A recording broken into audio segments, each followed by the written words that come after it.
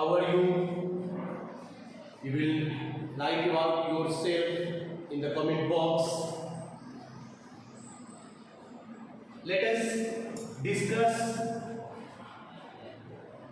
a poem by Robert Frost, the very first poem of our class 10 English literature book, First Flight. The Dust of Snow. The Dust of Snow is the very first poem of CBSE class 10 English literature book, First Flight. The poem has been composed by Robert Frost. Robert Frost. In the explanation of this poem, first of all, I would like to explain about the poet Robert Frost. Robert Frost was born on 26th March 1875 and he was died on 29th January 1963. He was an American poet. Frost was born in America. So the language in his poetry, in his art, in his work is American, and he has tried to reveal the cultural civilization of America as he is from American race. Frost was the only poet who received 4 Pulitzer Prizes for his poetry during his lifetime. Frost, as we have discussed, was the poet of late 19th century and early 20th century. He was a prominent poet of that period, and he was also influenced by John Keats, W.B. Yeats, and these type of poets. So, but during his age or before that, no poet had received 4 Pulitzer Prizes during their lifetime. But here you will get Frost, who was the only poet, single poet, who received 4 Pulitzer Prizes for his great art, for his very popular and great poetry during his lifetime. अपने जीवन काल में ही Frost को 4 Pulitzer prize मिले उनके unparalleled poetry के लिए. His poems are, आखिर उनके पोएम में क्या ऐसा था? What special things we find in his poems which brought great honor for the poet, and he was bestowed with 4 Pulitzer Prizes during his lifetime. So let us see what special things we find. His poems are full of rhythm. उनकी poetry full of rhythm, music से ओतप्रोत होता था. Beautiful scenes. He always tried to put beautiful scenes and a short scene like a snapshot. This poem also looks like a snapshot, as we will discuss later on in the summary part and the introduction part or title part of the poem. We will get this poem seems to be a snapshot in 2-3 small pictures, like the poet, a man is there, a hemlock tree, a tree is there, the picture of tree, and a crow, and the tree is laden with white eyes.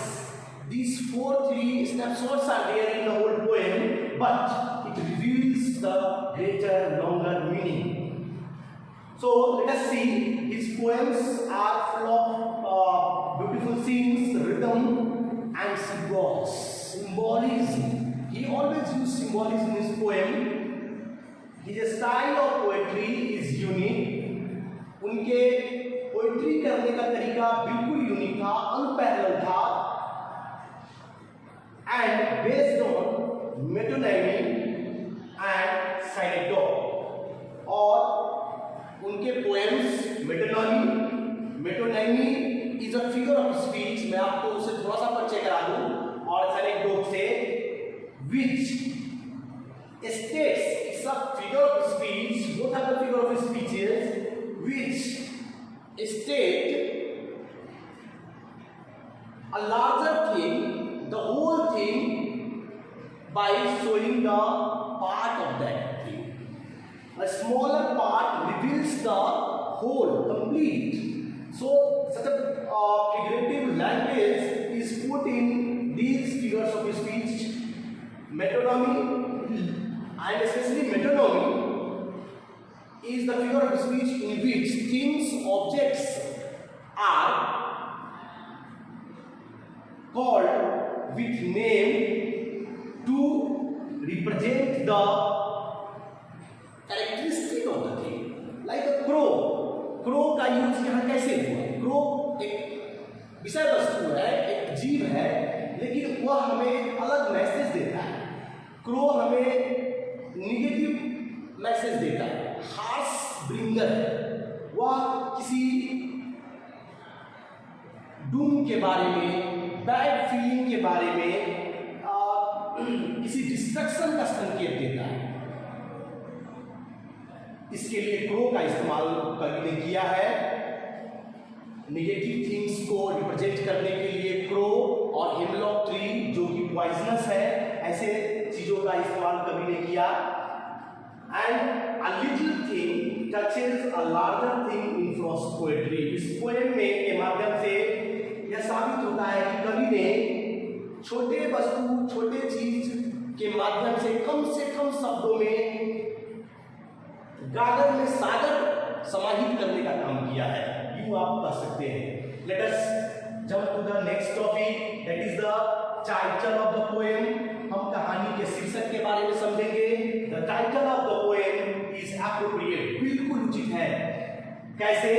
As the dust of snow plays very important role in poet's life. जैसा कि poem में हम लोग पढ़ेंगे, the dust of snow is the title of the poem. And यही dust of snow कवि के जीवन में पूरा बदलाव, उसके दिनचर्या में पूरा बदलाव ला देता है. कवि के मूड को चेंज कर देता है. निगेटिविटी को दूर करके एक पॉजिटिव आइडिया, एक पॉजिटिव थिंग, फीलिंग पोएट के अंदर भर देता है. And the poet's mind got changed because of dust of snow when falls on the poet from the hemlock tree, when the crow shakes the tree, and poet's life को change कर देता है. As it brings a positive change in the life of the poet. और जैसा कि हम कविता में पढ़ेंगे कि पोएट के जीवन में, उसके दिनचर्या में पॉजिटिव चेंज ला देता है. अतः इस तरह से यह प्रूव होता है कि dust of snow is the appropriate just title and also inspires the poet to write such a poem. आज जो इस पोएम को हम एंजॉय कर रहे हैं, देख रहे हैं, लिख पढ़ रहे हैं, हमारे बीच जो पोएम है, इस पोएम का सोर्स, इस पोएम को लिखने के लिए कवि को इंस्पिरेशन उसी डस्ट ऑफ स्नो से आता है. अतः यह टाइटल एग्जैक्टली एक्यूरेट और most appropriate, not only appropriate, it's most appropriate title the poet has decided to write. Now let us discuss about the introduction to the poem. कहानी का परिचय. अब हम कहानी के परिचय से अवगत होंगे, फैमिलियर होंगे. The poem is very short and of 8 lines, 2 stanzas. कविता मात्र 8 पत्ती का एक बहुत छोटा कविता है जो 2 स्टेंजा में 4 लाइन्स के स्टेंजा में 2 क्वाड्रेंट्स, 4 लाइन के स्टेंजा को क्वाड्रेंट्स कहते हैं. 4 लाइन के 2 स्टेंजा में कविता को लिखा गया है. But the very small poem of 8 lines only requires a long explanation. So explanation, एक बड़ा explanation उसके अंतर्गत छिपा हुआ है, hidden है, जिसको explain करने के लिए I think more than 10 pages will be required to explain the whole poem completely. But here I have planned and I have drafted and explained the poem, made a complete note of the poem very short to make the video shorter so that you will get it easily, and longer. It requires longer explanation for its deeper meaning. उसके deeper meaning को समझने के लिए हर विषय वस्तु का 2 meaning होता है, एक लाइट मीनिंग और डीप मीनिंग. सो डीपर मीनिंग, लाइट मीनिंग तो यही है कभी डिस्ट्रेस्ड होता है, कभी स्ट्रेस्ड है और इस कारण से घर से बाहर जाता है और वह एक हेमलॉक ट्री के नीचे खड़ा होता है, स्टार्ट्स थिंकिंग तभी, और वो हेमलॉक ट्री पूरा आइस से लेडन है जिस पर एक कौवा आके बैठता है और कौवे के बैठने से वो पत्ता उसके डाली हिलते हैं और उसके हिलने से उस पत्ते पर जमा हुआ बर्फ का परत कभी के ऊपर गिरता है और क्षण भर में ही in the moment only the poet's mind got changed. A positive thing, positive change comes to poet's day and life. The poem is a conversation. Now we will see poem का introduction हम लोग discuss कर रहे हैं. The poem is a conversation between nature and humans. यह कविता आप दूसरे शब्दों में ये भी कर सकते हैं कि प्रकृति और मानव के बीच का एक वार्तालाप है, एक कन्वर्सेशन है, एक इनविजिबल टॉकिंग है, एक इनविजिबल डिस्कशन है, एक फीलिंग का शेयर है by the human being to the nature, and it explains that. और यह कविता यह भी एक्सप्लेन करता है कि हाउ हार्श ब्रिंगर्स जो बुरा संदेश, जो बुरा संकेत देता है, जैसे हम लोग सुपरस्टिशियस फीलिंग में जब जाते हैं तो जब बिल्ली रास्ता काटती है, जब कोई कौवा आता है हमारे छत पे बैठता है, ऐसा हमारे कल्चर में और हमारे समाज में देखा गया है कि हम उसे अपशगुन मानते हैं. तो the crow is a harsh bringer and negative things, इस कविता में नेगेटिव थिंग्स और harsh bringers bring positive change.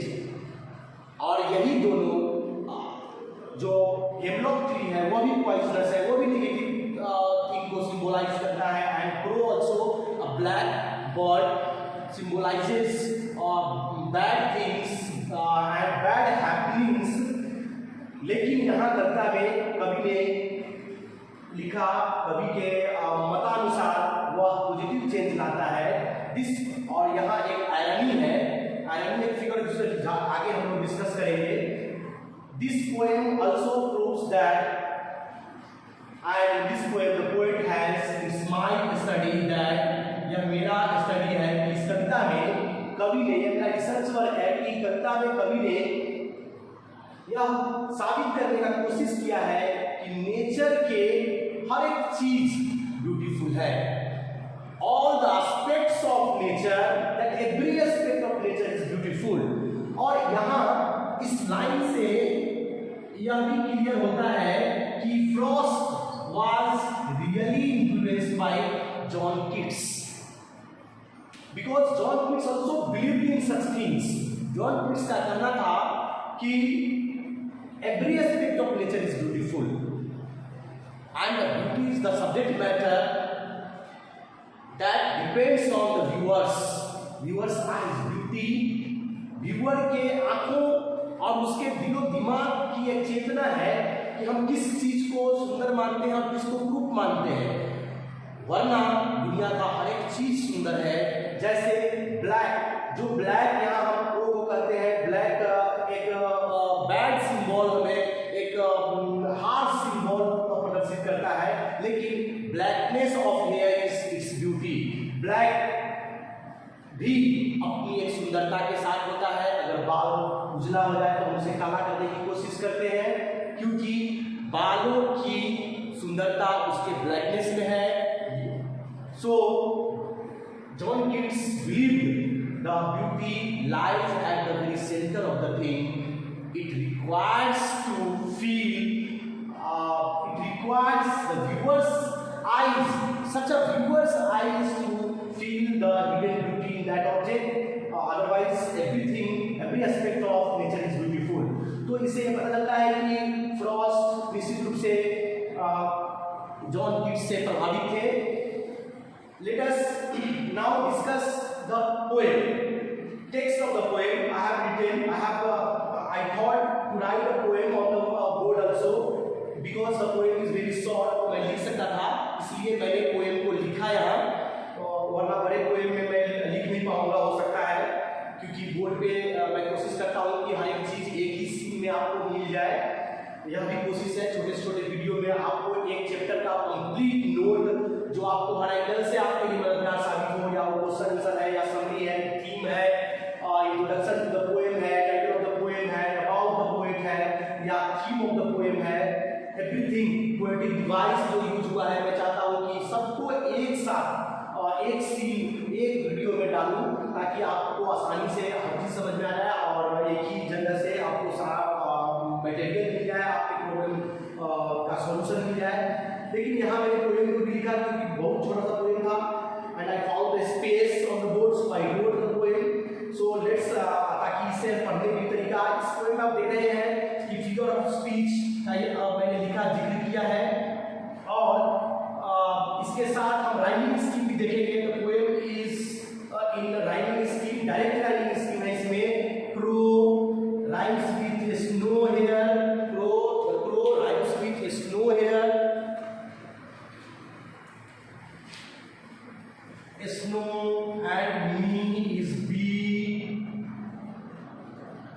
Again the same sound, crow, snow. For this again a, and for me sound resembles with b, tree, so b again, and heart is the different sound, that is c, and b, mood is the different sound, first time that's come in the poem, and D again C because heart and part, and thereafter again D because mood and mood. So this is the rhyming scheme of the poem. In this way you see rhyming scheme,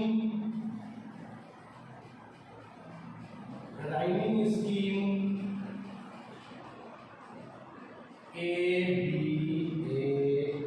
B C D C D. दोस्तों मैंने board को पहले से complete किया ताकि video छोटा हो और आपको उसको देखने में आप बोर्ड न हो, इसीलिए मैंने पहले से लिखा था. कुछ चीजें छूटी हुई थी या कुछ जो हमें एक्सप्लेनेशंस में याद आ रहा है मैं उसको मेंशन कर रहा हूँ. And so you have seen rhyming scheme of the poem. The way a crow swooped down on me, the dust of a snow from a hemlock tree has given my heart a change of mood and saved some part of a day I had you. So this way you can recite the poem.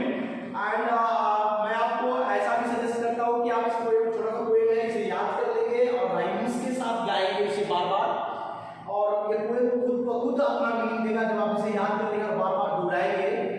Now let us see rhyming scheme in the poem. इस poem में alliteration का इस्तेमाल हुआ. Alliteration आप जानते हैं, when the same sound is repeated in the same line, you know that is called alliteration. जो poem को म्यूजिक देने में मदद करता है, पोएम को राइम्स देने में मदद करता है. जैसा कि मैंने लिखा, रिदम इस पोएम में है, ब्यूटीफुल सीन्स है, सिंबल्स है, सारी चीजों को हम लोग देखेंगे वन बाय वन. तो एलिट्रेशन है. एलिट्रेशन कहाँ है आप खुद से भी निकाल सकते हैं. जैसे has and heart, same letter से दो वर्ड एक ही लाइन में आया है. आप फिर यहाँ देखेंगे सेव्ड एंड सम, ये एलिट्रेशन आप नोट कर लेंगे अलग से. उस वर्ड को एलिट्रेशन कहा है, आप एक नोट बनाएंगे. उसके बाद इंजैम्पमेंट, ये भी एक फिगर ऑफ स्पीच है. इंजैम्पमेंट दोस्तों तब यूज होता है जब the meaning of one line continues to the next line. तो इसमें आपने देखा एक ही जगह फुल स्टॉप लगा हुआ है, पूरा पोएम एक सेंटेंस में एक्सप्लेन किया गया और हर एक लाइन दूसरे लाइन से कनेक्टेड है। ये स्टेंजा अपने मीनिंग के लिए इस स्टेंजा की जरूरत उसको है। ऐसे केस में फिगर ऑफ स्पीच होता है जिसे हम इंजैम्पमेंट बोलते हैं। आपने इंजैम्पमेंट देख लिया, एक बार मैं फिर से शॉर्ट में बता दूं। Enjambment is a figure of speech when the meaning or the part of one sentence continues to the next sentence, next line of the poem or next stanza of the poem, there enjambment figure of speech is supposed to be, and thereafter silent do एक figure of speech है जो अभी मैंने बताया छोटे वस्तुओं के द्वारा उसके होल पार्ट को दर्शाता है, वहां साइलेंट डो बोलते हैं। मेटोनिमी वह चीज जैसे क्रो एक नाम है, एक जीव है जिसके द्वारा कवि उसके कैरेक्टरिस्टिक को सिंबलाइज करता है। क्रो की कैरेक्टरिस्टिक क्या है? वह हार्श मैसेज लेके आता है, एक बैड टाइम का संकेत देता है, एक हार्ड टाइम का संकेत देता है। लेकिन वो हार्ड टाइम और बैड टाइम और हार्श टाइम वो कवि ने एक्सप्लेन नहीं किया। And instead of all those things the poet has put crow a single word। तो वह मेटोनिमी है, वह मेटोनिमी एंड इस पोएम में आयरनी भी है। आयरनी आपको मैंने अभी बताया था टाइटल पार्ट में कि हार्स ब्रिंगर आप देख रहे होइएगा कहीं ना कहीं मैंने लिखा था harbinger introduction to the poem में। और निगेटिव थिंग्स जो हमेशा एक डेंजर एक डिस्ट्रक्शन का आइडिया क्रिएट करता है और एक मैसेज देता है कभी टाइम में कि कुछ बुरा होने वाला है, कुछ अनहोनी उसका संकेत करता है। लेकिन वह अनहोनी संकेत करने वाला बुरा मैसेज देने वाला वस्तु चीज यहाँ एक पॉजिटिव चीज लाता है, एक अच्छा संकेत देता है, एक अच्छा प्रभाव डालता है। यही आयरनी है। आयरनी जो आश्चर्यचकित है करने वाला चीज होता है, जो अपोजिट करता है उसी को आयरनी बोलते हैं। और हमारे पास अगला फिगर ऑफ स्पीच है सिंबॉलिज्म भी इस पोएम में पूरी तरह इस्तेमाल किया गया। जैसे क्रो सिंबलाइज करता है हार्स ब्रिंगर को, एक बैड मैसेज को, एक बैड थिंग को, और हेमलॉक ट्री जो पॉइजनस ट्री है वह भी यहाँ सिंबलाइज करता है। वैसे निगेटिविटी को, निगेटिव थिंग्स को, तो हम इसे सिंबॉलिज्म इस पोएम में सिंबॉलिज्म भी मानेंगे। राइटिंग आपको मैंने बता दिया। अब now friends we will discuss about the summary of the poem. तो समरी पार्ट में यही सब whatever I explain when you will conjugate all those things in one paragraph or two paragraphs, that will be your summary। कभी मैंने separately लिख दिया है आपकी मदद के लिए कि आपको हेल्प करेगा। This is a very short poem of 8 lines by Robert Frost। यह बहुत छोटा पोएम है, मात्र 8 लाइन का है, जिसको फ्रॉस्ट ने लिखा है। आप इस तरह समरी स्टार्ट करेंगे।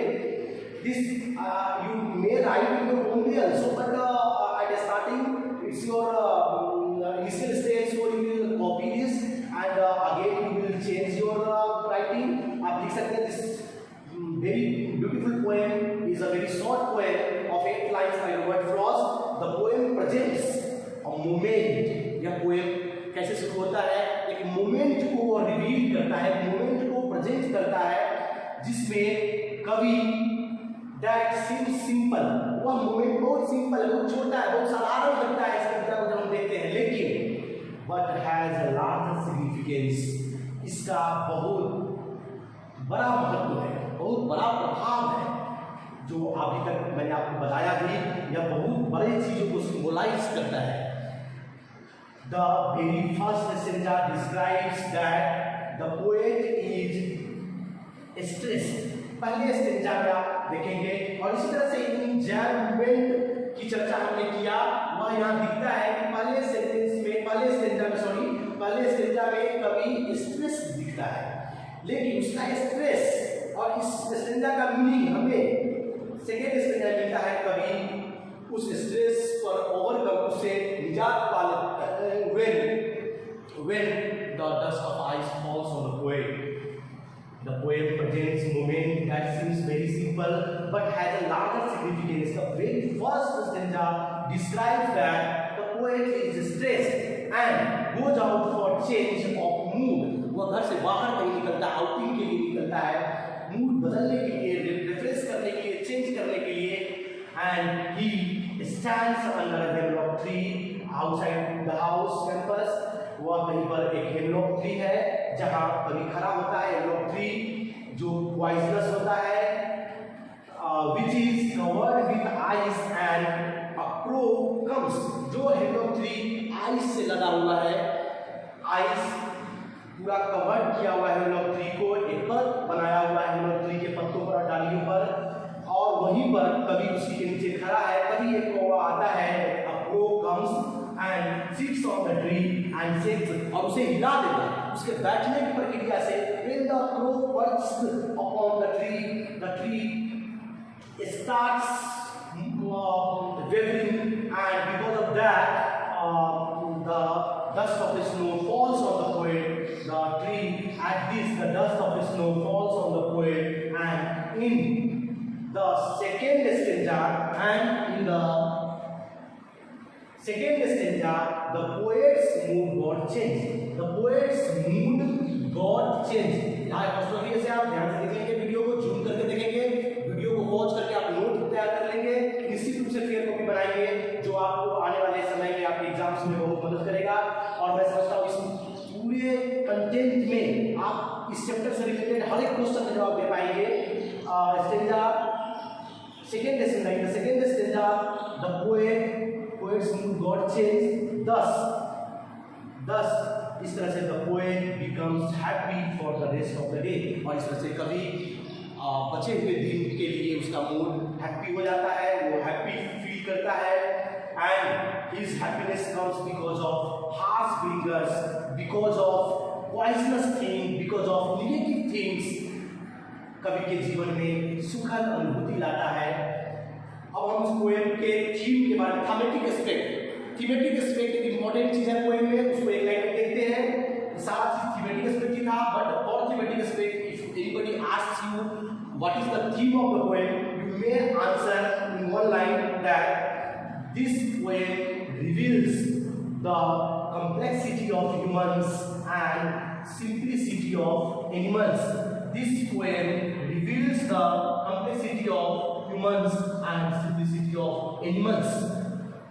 मानव के जीवन की कॉम्प्लेक्सिटी को और पशु कितने आराम से सुखद जीवन व्यतीत करते हैं, हैप्पी रहते हैं, इसको वह रिवील करता है. This poem is also a conversation between nature and humans. हमने पहले ही बताया आपको. तो इस तरह से दोस्तों मैंने ये कोशिश किया है कि इस छोटे से वीडियो में एक सीन में पूरे एक बोर्ड पर इस पोएम से रिलेटेड हर एक चीज को हाईलाइट करें, और मैंने कोशिश भी किया. अगर इसके बावजूद भी आपके अंदर कोई क्वेश्चन उठ रहा हो या उठे, कोई कंफ्यूजन हो, कोई प्रॉब्लम हो, तो आप कमेंट बॉक्स में जाके जरूर लिखें, और व्हाट्सएप ग्रुप के माध्यम से भी आप क्वेश्चन राइज कर सकते हैं. So students and my viewers, thank you everybody, thank you.